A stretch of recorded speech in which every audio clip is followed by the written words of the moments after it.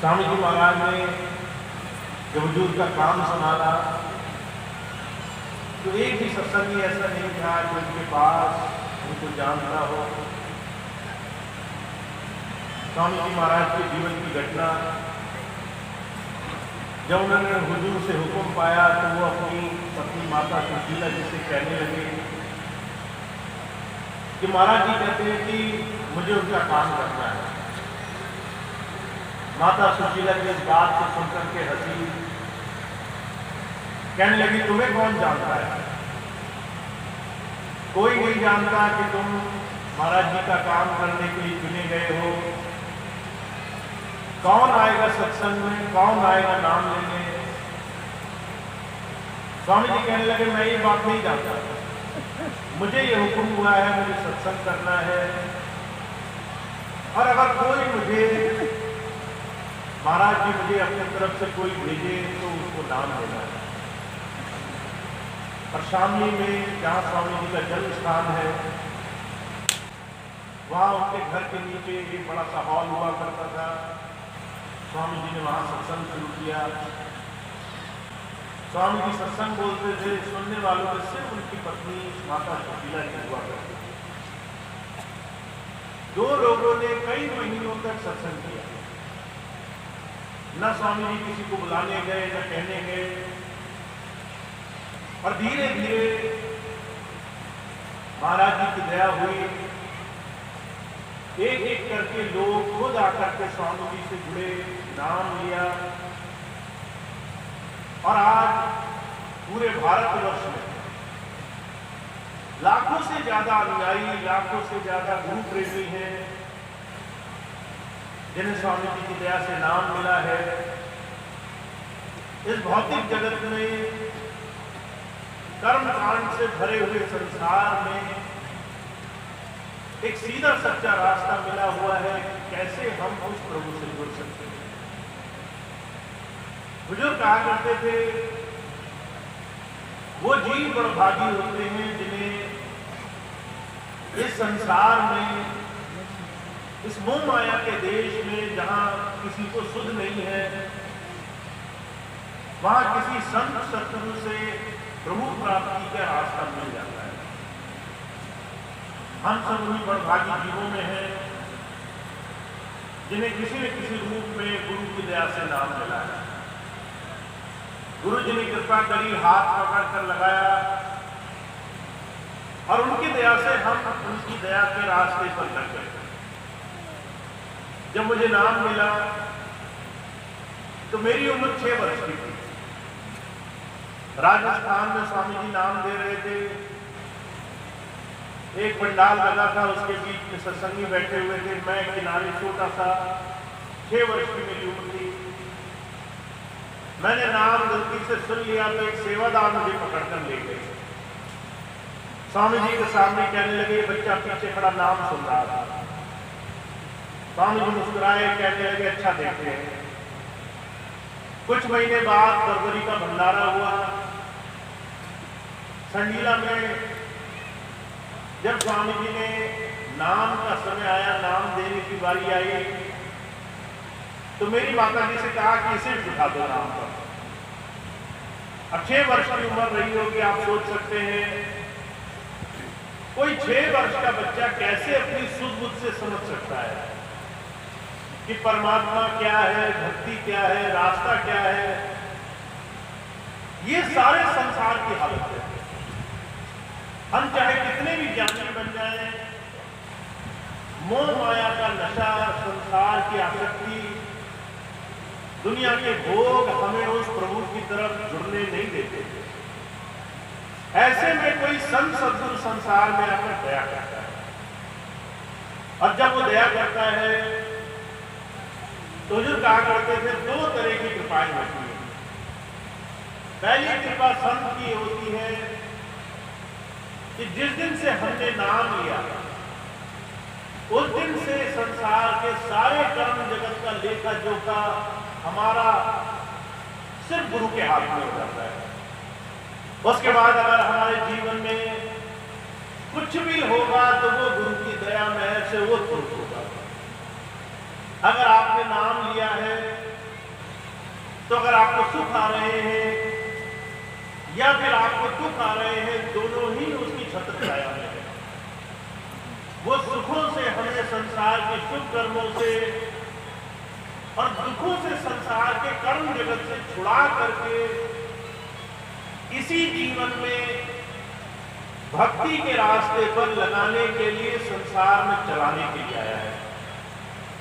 जितना भी जीवन हमें मिला है, उस जीवन में हम ये काम कर सके, दुनिया के सारे काम करने के साथ साथ जीवन में उस प्रभु की याद बनी रहे, कुछ ऐसा साधन बना रहे जिससे हम उससे जुड़ जाए और इसके लिए संसार के सारे काम आसान हो जाए। ये उसकी सबसे बड़ी कृपा होती है। तो जब बहुत सारे भाई बहन गुरु जी के चरणों में जाते हैं, हुजूर कहा करते थे पहली चीज उन्हें निर्भय हो जाना चाहिए। आपको अगर संसार की किसी भी चीज का भय है तो वो भय आपके विश्वास के रास्ते में बड़ा भारी बाधक है। भय होगा तो विश्वास नहीं होगा, विश्वास होगा तो भय नहीं होगा, दुनिया की किसी चीज का डर नहीं होगा, दुनिया की कोई चीज आपको डरा नहीं सकेगी क्योंकि आपका विश्वास वहां पड़ता है। तो जब पहली बात गुरु दया करता है, वो हमारे जीवन के हर एक चीज की बात हो उस परमात्मा के, उस प्रभु के रास्ते की तरफ जोड़ देता है। फिर संसार में कोई भी वो चीज बाधक नहीं है जो संसार की है। इसलिए गुरबाणी में बड़े साफ लफ्जों में कहा गया है, जिसके सिर ऊपर तू स्वामी सो दुख कैसा पावे।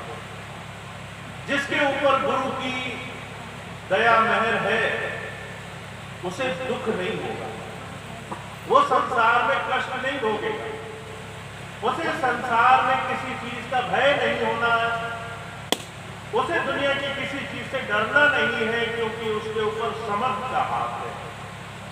हर एक काम उसी की दया महर में होंगे। इसका मतलब ये नहीं है कि संसार में अपने कर्मों का भोग नहीं भोगना पड़ेगा। अगर सुख है तो दुख भी है, अगर अच्छा है तो बुरा भी है, अगर लेना है तो देना भी है। दोनों ही काम हमें संसार में भोगने हैं। पर जो कहा करते थे इन दोनों में ही उसकी दया महर काम करती है। दूसरी बात स्वामी जी महाराज कहा करते हैं, जब गुरु कृपा मिल जाए और संसार की हर एक चीज में वो तुम्हारी संभाल कर रहा है, उसके बाद तुम्हारा सबसे बड़ा कर्तव्य क्या है कि तुम अपने इस जीवन की ज्यादा से ज्यादा कीमत को प्राप्त कर लो। मनुष्य जीवन की कीमत सिर्फ संसार में नहीं है। दुनिया के भोग, दुनिया की वस्तुएं, दुनिया की बड़ी से बड़ी उपलब्धियां, इस सब का अंत संसार में उस क्षण पहले ही हो जाता है जब हमें संसार छोड़ना पड़ता है। हुजूर कहा करते थे आपने जो कुछ भी कमाया होगा वो आपसे यही ले लिया जाएगा, और जब आपको धर्मराज के दरबार में जाना होगा उस वक्त आपके सारे शुभ कर्म छीन लिए जाएंगे। अगर उस वक्त नाम नहीं कमाया है, जीते जी गुरु के वचनों के अनुरूप जीवन में उस प्रभु नाम का धन नहीं संचित किया है, तो उस दिन खाली हाथ रहना पड़ेगा। उस दिन संसार के हर एक अच्छे और बुरे कर्म वो दोनों एक किनारे हो जाते हैं, सिर्फ गुरु नाम काम आता है। तो इसलिए स्वामी जी कह रहे हैं गुरु कृपा है, सारे काम बन रहे हैं, पर अभी एक काम करना बाकी है। गुरु के वचन की पालना करके अपने इस जीवन को सही दिशा में लगाना बाकी है। आपका हर रोज, हर दिन की दिनचर्या वो कर्म भूमि है जिसमें आप अपने जीवन को गुरु के वचनों के अनुरूप अपने जीवन को सही रास्ते में भी जोड़ सकते हो और पूरी तरह से मद माया के नशे में चूर संसार में लंपट भी रह सकते हो। आप संसार में भी फंसे रह सकते हो, संसार से मुक्त भी हो सकते हो। ये मुक्ति का रास्ता सिर्फ गुरु के वचनों की पालना में है। और स्वामी जी महाराज ने तो बड़ा आसान तरीका बता दिया। हालांकि गुरुवाणी में बड़े साफ लफ्जों में कहा गया है, कलयुग में एक नाम आधारा, सिमर सिमर नर उतरस पारा। कलयुग में सिर्फ नाम का आधार है। अगर आपको गुरु की नाम की दात मिल गई है, किसी संत की कमाई हुई पूंजी में से पूंजी आपको मिल गई है, तो सिमरन करके उसको कमाओ। दिन भर में चलते फिरते खाली वक्त रहते मन को गुरु नाम के सिमरन में जोड़ो। कहते हैं बहुत सारा समय ऐसा होता है जिनका मन से खाली रहते हैं। भाई होते हैं, कारोबार करते हैं, अपना काम करते हैं, नौकरी चाकरी करते हैं, मन से खाली रहते हैं। मन एक ऐसी स्थिति है जो आपको संसार की चिंताओं की तरफ ले जाएगी, या तो चिंता करेगी या चिंतन करेगी। तो स्वामी जी महाराज कह रहे हैं, आपको अगर सिमरन करने में, गुरु के ध्यान में अपना समय गुजारना आ गया है, तो आपके लिए जीवन बड़ा आसान हो जाएगा। पर स्वामी जी ने उससे भी एक आसान तरीका दे दिया। स्वामी जी ने कहा कि अगर आप चाहते हो अपने जीवन में परमार्थ के रास्ते पर चलो, तो इस कलयुग में एक और आसान तरीका है, का मानव सेवा प्रभु भक्ति। अगर आप किसी जरूरतमंद की सेवा करते हो, का परिहित सरिस धर्म नहीं भाई, पर पीड़ान नहीं पाई। अगर किसी पर हित करते हो, किसी दूसरे का उपकार करते हो, इससे बड़ा धर्म नहीं है संसार में। और अगर किसी को पीड़ा दे रहे हो जानबूझ करके, किसी का अनिष्ट कर रहे हो, किसी का बुरा करने की भावना से संसार में जी रहे हो, तो कहते हैं इससे बड़ा पाप कोई नहीं है संसार में। आप अगर अपने जीवन में प्रभु भक्ति के रास्ते पर लगना चाहते हो, तो आपको अपना मन, अपना हृदय, अपना अंतःकरण साफ करना होगा। महाराज जी बार बार एक बात दोहराया करते थे, दिल का हुजरा साफ कर जाना के आने के लिए, ध्यान गैरों का हटा उसको बिठाने के लिए। अगर आप चाहते हो संसार में प्रभु भक्ति करना, तो आपके दिल में कोई और नहीं होना चाहिए। अगर आप किसी की निंदा भी कर रहे हो, तो वो भी आपके दिल में बैठ जाएगा। अगर आप किसी से नफरत मान करके बैठे हो, वो भी आपके दिल में घर कर लेगा।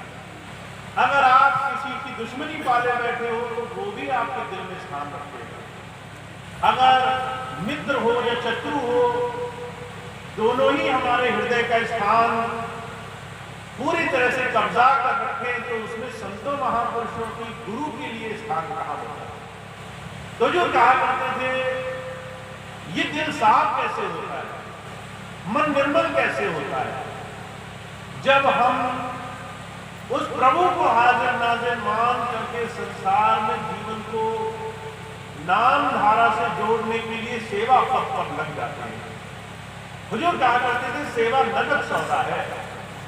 अगर आप गुरु की सेवा में लगे हो, और सबसे बड़ी सेवा है मन की सेवा, अगर आप चाहते हो गुरु मन में बस जाए, तो उसके लिए आपको अपने मन से तमाम दुनिया की वो बातें भुलानी पड़ेंगी जो आपके मन में स्थान बना करके बैठी है। हम सब जितने भी गुरु प्रेम से जुड़े हुए हैं, उनके लिए बड़ा संघर्ष, बड़ा चुनौती का ये काम है। कई बार कहना आसान होता है, उस चीज को करना बड़ा मुश्किल होता है। मुझे एक भाई मिले, मैंने उनसे कहा कि आपको बहुत अच्छा मौका मिला है, अगर आप थोड़ा सेवा में लगो तो काम अच्छा हो जाएगा।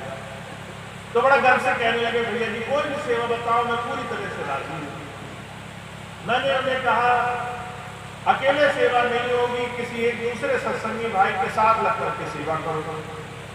तो जब मैंने इशारा किया कि सेवादार भाई के साथ सेवा करनी है, तो जहां इतने भाव में आए थे, कहने लगे इस भाई के साथ सेवा नहीं कर सकता। मैंने कहा ऐसा का कारण है?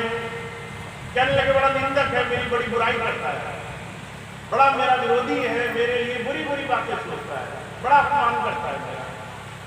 मैंने कहा आखिरी कौन सी बात याद है आपको? कहने लगे आज से 5 वर्ष पहले इसने मेरे बारे में बड़ी बुराई फैलाई थी। 5 बरस। अगर हम गौर से देखें, बुजुर्ग कहा करते थे सांसों में गिनती करो तो बहुत लंबा समय होता है, पर हम कई बार मन में ऐसी ऐसी बातें फंसा करके रखते हैं जो कई वर्षों पहले हुई हो और वो हम निकालने को तैयार हैं, हम उन्हीं में फंसे हुए हैं। और जो कहा करते थे इस मन की बड़ी भारी अवस्था है, ये मन अंदर बैठा आपको लूट रहा है, आपको छल रहा है, आपको ये कहता है आपका मित्र है, पर ये आपको ऐसी तमाम निंदा चुगलियों में उलझा करके रखता है। का मन लोभी, मन लालची, मन चंचल कंचोर, मन के चले बच्चा लिए, मन पलक पलक रखवा। आप अगर गुरु की सेवा में आ गए हो तो भी मन से सावधान रहना। मन ऐसा है जो आपको जाने अनजाने गलत रास्ते ले जाएगा। आप कहोगे सेवा पे लगो, वो कहेगा इसके साथ में सेवा नहीं करो। आप कहेंगे कि गुरु की भक्ति में लगो, तो वो कहेगा कि 10 लोगों के साथ मेरा गुजारा नहीं है। आप कहेंगे कि गुरु के दिए हुए नाम की कमाई में लगो, तो मन कहेगा कि मुझे अकेले ही भक्ति करने दो, मैं किसी के साथ नहीं लग सकता। हुजूर कहा करते थे आज के समय में अगर सत्संगी एक प्रेमी की सबसे बड़ी अधोगति का कोई कारण है तो उसका मन इस संसार की निंदा चुगली बैर विरोध में लगा हुआ है।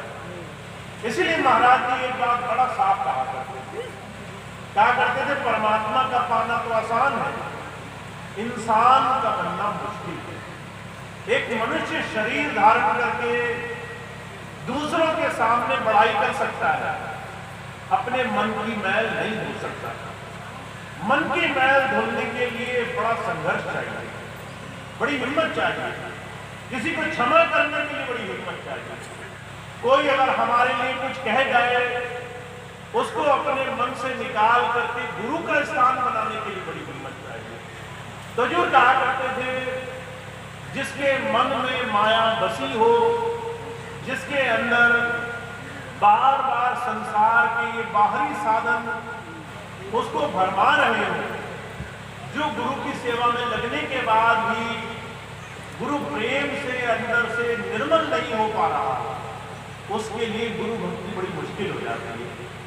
इसलिए जब संत सत्संग आते हैं बार बार एक ही चीज कहने के लिए आते हैं।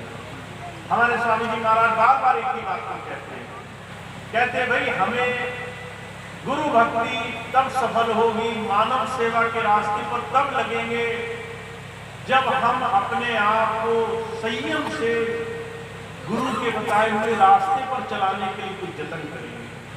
अब सबसे पहला जतन क्या है कि हमें प्रेम और भाईचारे से सबसे भेदभाव मिटा करके गुरु रूप को देखना है, सबके अंदर बैठे हुए गुरु स्वरूप को जानना है।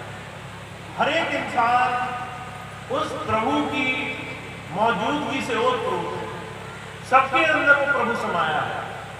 पर जब तक हम इस चीज को समझ नहीं पा रहे हैं तब तक गुरु के दिए हुए नाम से प्रभु भक्ति के साधन से जुड़ना मुश्किल हो जाएगा। इसीलिए आपके लिए सबसे आसान रास्ता भी है और सबसे मुश्किल रास्ता भी है। आसान तरीका तो ये है कि सेवा से आपका काम बन सकता है, और मुश्किल ये है सेवा मन से करनी पड़ेगी।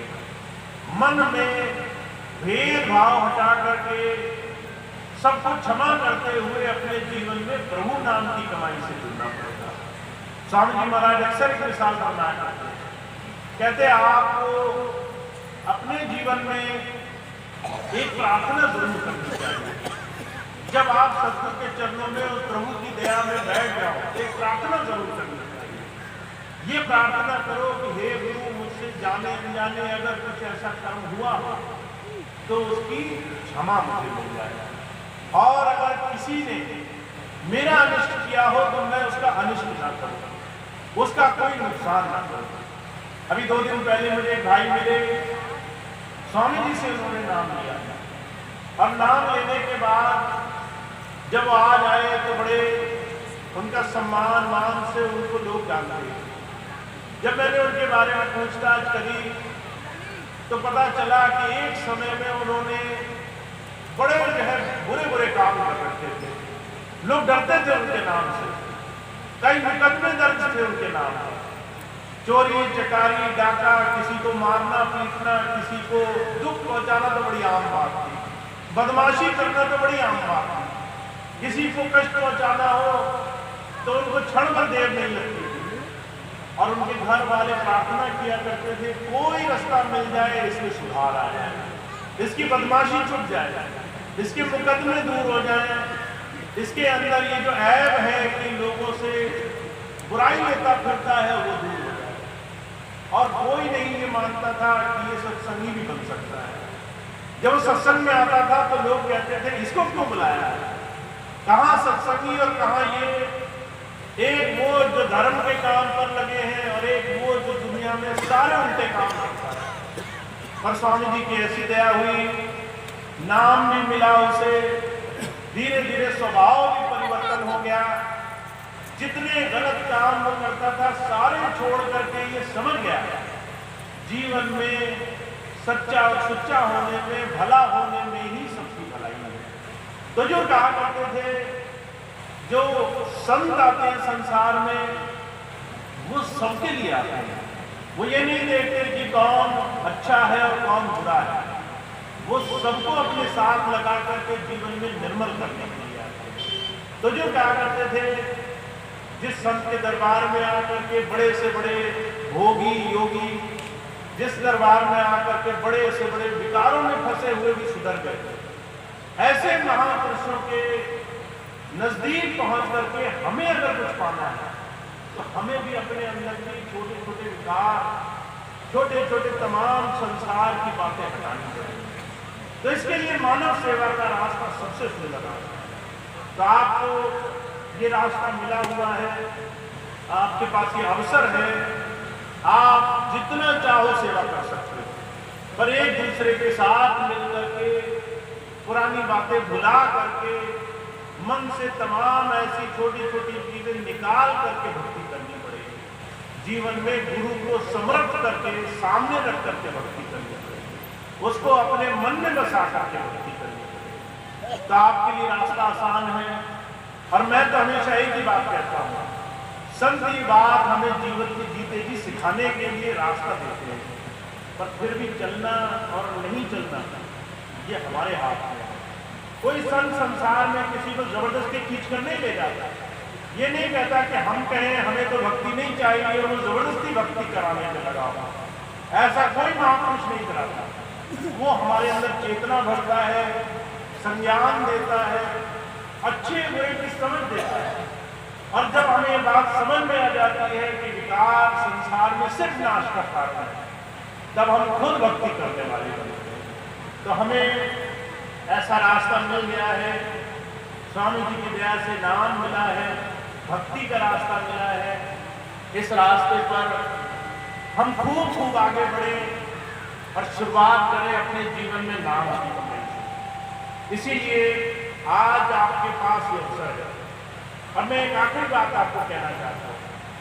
आज से कुछ समय पहले जब मैं आपके बीच में से गया तो सिर्फ एक ही सबसे बड़ा कारण था कि जितने भी संसार में लोग संत मत के नाम पर बड़े बड़े मठ बनाते हैं, अगर वो अंतर से भूल जाए कि भक्ति सिर्फ एकाकार का रास्ता है, सिर्फ मैं हूं और मेरा गुरु, इसके अलावा संसार में हजारों लाखों की भीड़ का कारण नहीं है। और अगर आप सच्चे मायनों में अंतर परिवर्तन नहीं लाते तो गुरु फिर वहां ज्यादा देर नहीं देखता, फिर वहां ज्यादा समय नहीं गुजारता। जब हम उसके वचन की पालना करते हैं, उस रास्ते पर चलते हैं, तब जाकर के जीवन में सुख और आनंद प्राप्त होता है। तो आज दोबारा से अगर हम एक दूसरे के बीच में बैठे हैं तो इसका लाभ तब है जब हम अपने जीवन में इस भक्ति के साधन में अपना समय रोज रोज लगाते चले, अपनी रोज की दिनचर्या में जीवन में ऐसे साधन पर चले जिससे हमारा जीवन भक्ति और उस प्रभु प्राप्ति के रास्ते से जुड़ जाए। तो ऐसे सुंदर रास्ते को आप कमाएं, ऐसे सुंदर रास्ते में थोड़ा थोड़ा समय आप रोज दें।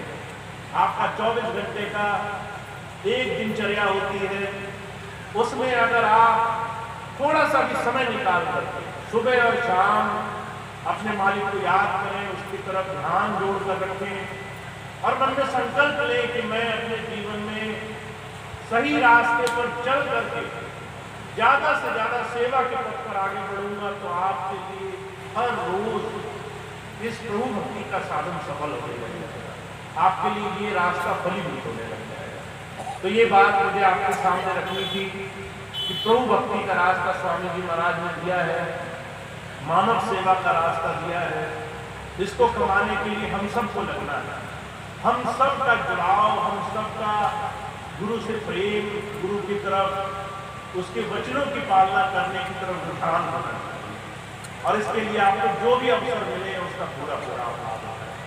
तो इतनी बात कहकर मैं अपनी बात समाप्त करता हूँ। आप सभी का बहुत बहुत धन्यवाद है, आपने इतना समय दिया।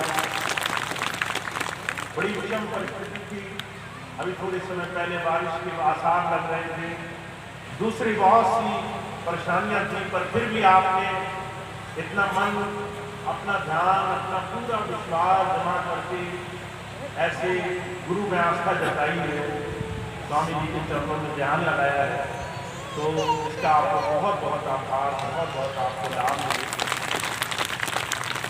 एक सूचना मैं और आपको दूंगा, आप सभी भाई बहन 2 मिनट का समय मुझे और देंगे, उसके बाद आज का कार्यक्रम समाप्त होगा। मैंने कल मणिनाथ बरेली आश्रम के सत्संग में भी बात कही थी और आज दोबारा से एक बात आपको ये बात कहना चाहता हूँ।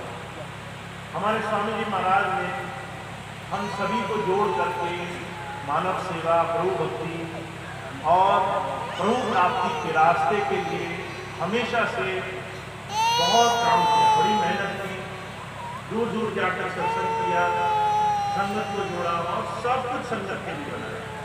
सारी चीजें स्वामी जी ने संगत के लिए सुलभ रखी।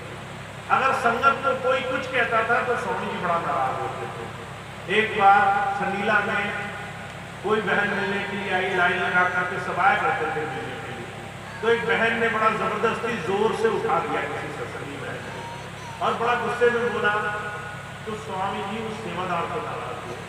स्वामी जी कहने लगे कि संगत को कोई कुछ नहीं कहेगा, क्योंकि स्वामी जी ने संगत से बड़ा प्रेम किया है और सबको बहुत सराहों पर रखा है कि जितना भी हम भाव से अपने मालिक को याद करते हैं निर्मल मन से, वो सभी प्रेमी अपने जीवन में बहुत धन्य है, बहुत भाग्यशाली है।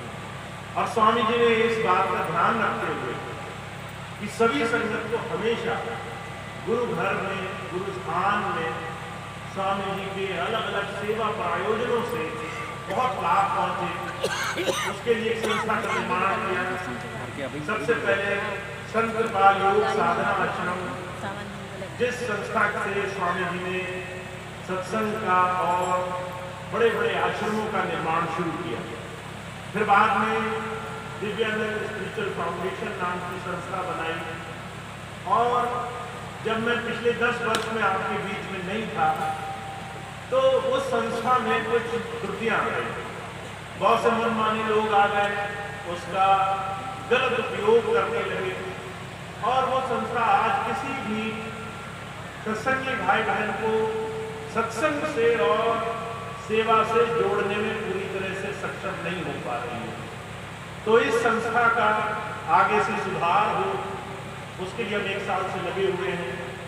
आपको मालूम होगा पिछले वर्ष जब मैं आया तब से ही स्वामी जी की संस्था फिर से और संस्था के पदाधिकारी फिर से संगत की सेवा में लगे, उसका प्रयास चल रहा है, पर उसमें अभी कुछ देरी है, कुछ समय है।